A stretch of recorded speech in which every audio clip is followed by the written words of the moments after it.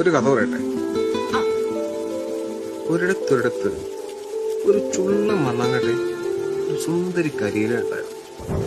അവര് തമ്മിലെ ഭയങ്കര സ്നേഹത്തിലായിരുന്നു. ഒരു ദിവസം രണ്ടുപേരും കൂടെ ഒരു ടൂറിനിറങ്ങി. പോണ വഴിക്ക് പെട്ടെന്ന് ഒരു കാറ്റടിച്ചു നമ്മുടെ കരിയില നിന്ന് വിറയ്ക്കാൻ തുടങ്ങി. നമ്മുടെ മണ്ണാങ്കട്ട ആരാൻ പോയി കരിയിലയുടെ മോളിൽ കയറി അങ്ങിരുന്നു. കാറ്റ് വരുന്നപ്പോ അവര് വീണ്ടും മുന്നോട്ട് പോയി.